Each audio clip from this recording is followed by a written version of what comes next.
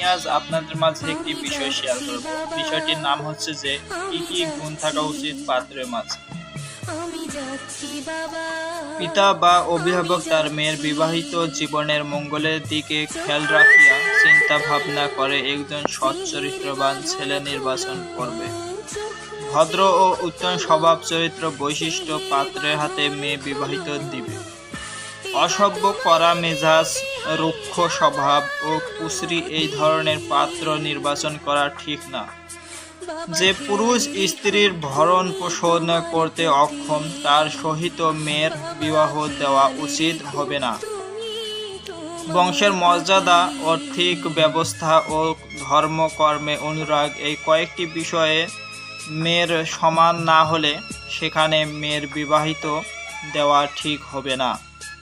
জিনাকার, ব্যভিচারী, ফাসেক পাত্রের সহিত মেয়ের বিবাহ দেওয়া উচিত নয়। হযরত মুহাম্মদ সাল্লাল্লাহু আলাইহি সাল্লাম বলেছেন, যে ব্যক্তি আপন স্নেহের কন্যাকে পাপাচারী ও জিনাকারের সাথে বিয়ে দেয় সে কন্যা সহিত স্নেহ বন্ধন ছিন্ন করে দিল।